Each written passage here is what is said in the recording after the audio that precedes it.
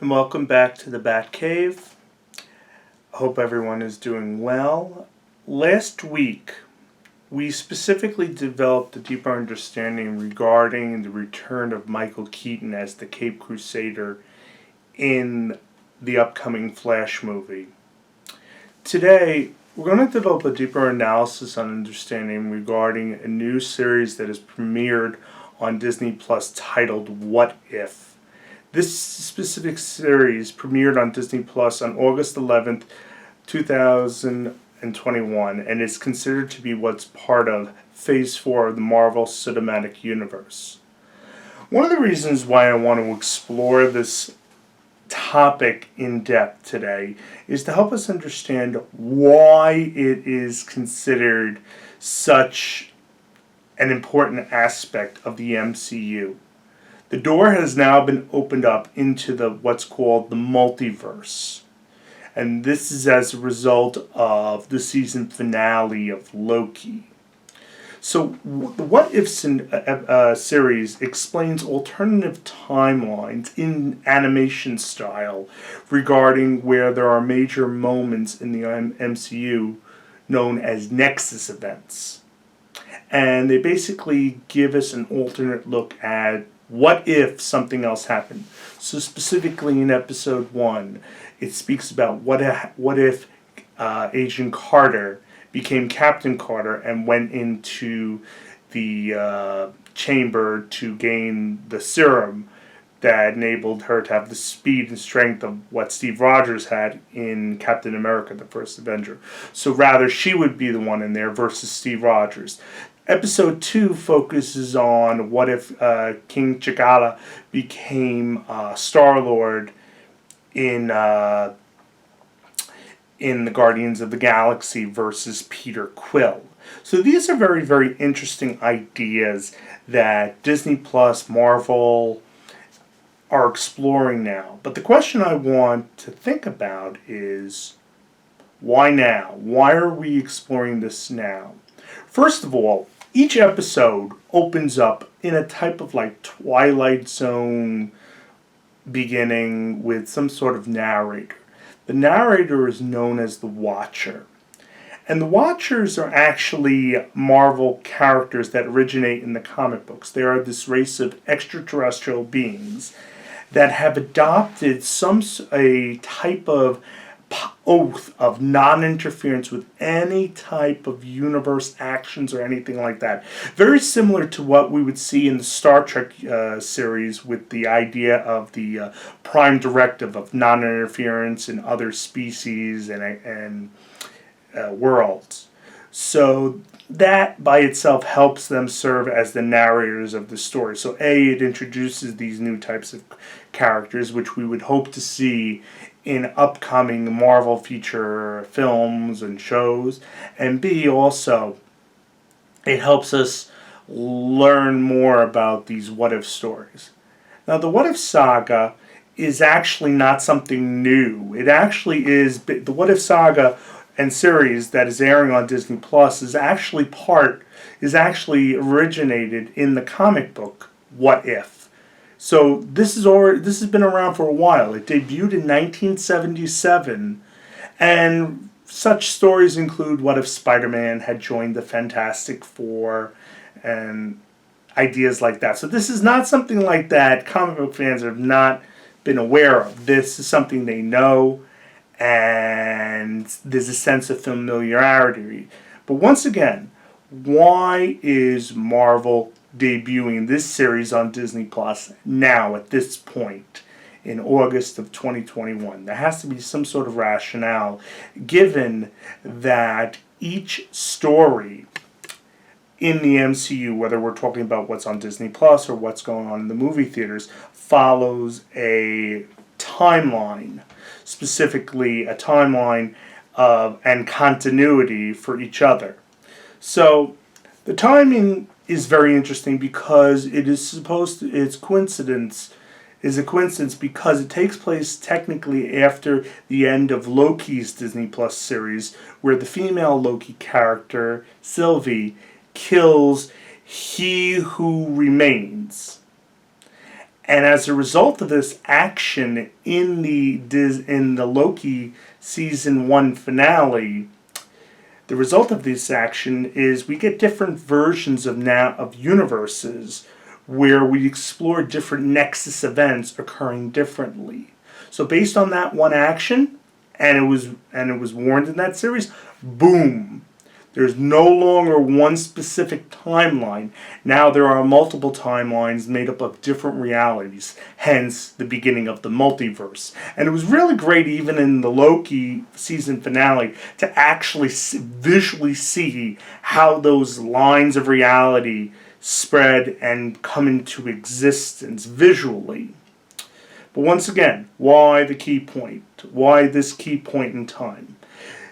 The Infinity Saga has long since been completed. The Thanos with the Infinity Stones is done. That story, I think, was took on a major role for over 10 years. So now Marvel is looking to now branch out and explore other avenues of storytelling that they can explore in various programs, whether, as I said, on Disney Plus or in the movie theaters. So they're ready to unleash all these new characters, and by doing this with the what if scenario, allows people once again, just like with what Warner Brothers is doing with bringing Batman into the Tim Burton Batman into a different universe, the Marvel Cinematic Universe, now the creators there want to educate people in thinking about multiverses, about different worlds and universes. This is something that's actually been explored in various types of media. Years and years ago, there was actually a Teenage Mutant Ninja Turtles concept, a crossover Ninja Turtles, where the 2003 Ninja Turtles met the 87 Ninja Turtles, and we get this whole idea about Turtle Prime and that there's multiple universes of Ninja Turtles. So this is not something, as I said, is new. But Marvel is doing this now, and it's important to understand that not everybody's ever heard of what's called the multiverse. But by educating people about what if, allows people to think much more critically about what's going to be happening in the various universes that we're going to be exploring, even after season 1 of What If wraps up. I believe it's going to wrap up in early fall, just for season 1. And then what Marvel's going to be doing is, and they actually just released the trailer for this, they're going to be releasing in theaters Spider-Man No Way Home and Doctor Strange in the Multiverse of Madness. I had to look at my notes quickly to see that title because I kind of messed it up a couple of times. So it's curious to see what's going to be happening with that. If you did see the Spider-Man trailer this week, and once again, this is spoiler alert, it was very interesting to see that they're bringing back Alfred Molina as Dr. Octopus, and William Dafoe's hints of William Dafoe's Green Goblin returning, though I'm not sure, because the only thing we saw is one of his explosive devices. So whether or not we're actually going to see William Dafoe again remains to be seen, although part of me would not be surprised if something like that happened. Once again, this is really, really interesting that Marvel is taking this approach. And I feel by them doing this is creating logistical believability in bringing other established characters from Marvel's comics into the MCU, and by doing this through the multiverse is going to enable it to happen much more efficiently. So in the not too distant future, we're going to be seeing the vampire Morbius coming to exist. If you've ever seen Spider-Man's animated series in the 90s, Morbius did appear on that. We're also going to be seeing the Fantastic Four eventually coming to exist. And I'm curious to see, with the release of Venom and Carnage, is there going to be some sort of connection to the MCU now because of the multiverse concept being established and used? So it is curious to see if that Tom Hardy and Woody Harrelson idea of Venom and Carnage come into existence with the MCU. And it would be actually interesting to see that take place, because the only other time prior to the first Venom movie that we saw Venom in the cinematic universe, in a Marvel property, was when he appeared in Sony's Spider-Man 3. So it's curious to see, as I said, what is going to take place with the MCU in the not too distant future with this multiverse concept coming to exist. Keeping in mind that if you did see the post-credit scene in Loki, we do have a new villain coming into existence that, if you're a comic book fan, you would know of. His name is Kang. And it hints back at pretty much he who remains, with what Sylvie did to him at the end of the season finale of Loki. So I'm curious to see when Kang is going to be coming to existence. Is he going to be the next Thanos-style villain that Marvel's going to be toying with, or are they going to be going in a different direction? One of the other things that we also need to take into account is that not only are we seeing different characters across Marvel Comics coming into the MCU, but now because Disney owns 20th Century Fox, it is possible now that we could start seeing characters from the X-Men coming to existence. I don't know if that means Hugh Jackman would be reprising his role as Logan/Wolverine. Who knows? Although it would be interesting to see Patrick Stewart become Professor Xavier again, although I doubt that would ever manifest into reality at this point, given how long he has portrayed the character throughout the X-Men franchise. That Marvel, my guess, would probably want to take a fresh start with doing that. Although with the with the multiverse, it is possible we could always see some sort of hint at that. Not necessarily with Patrick Stewart coming into the role, but maybe with others, maybe hinting at who would possibly do it. So there are some very interesting.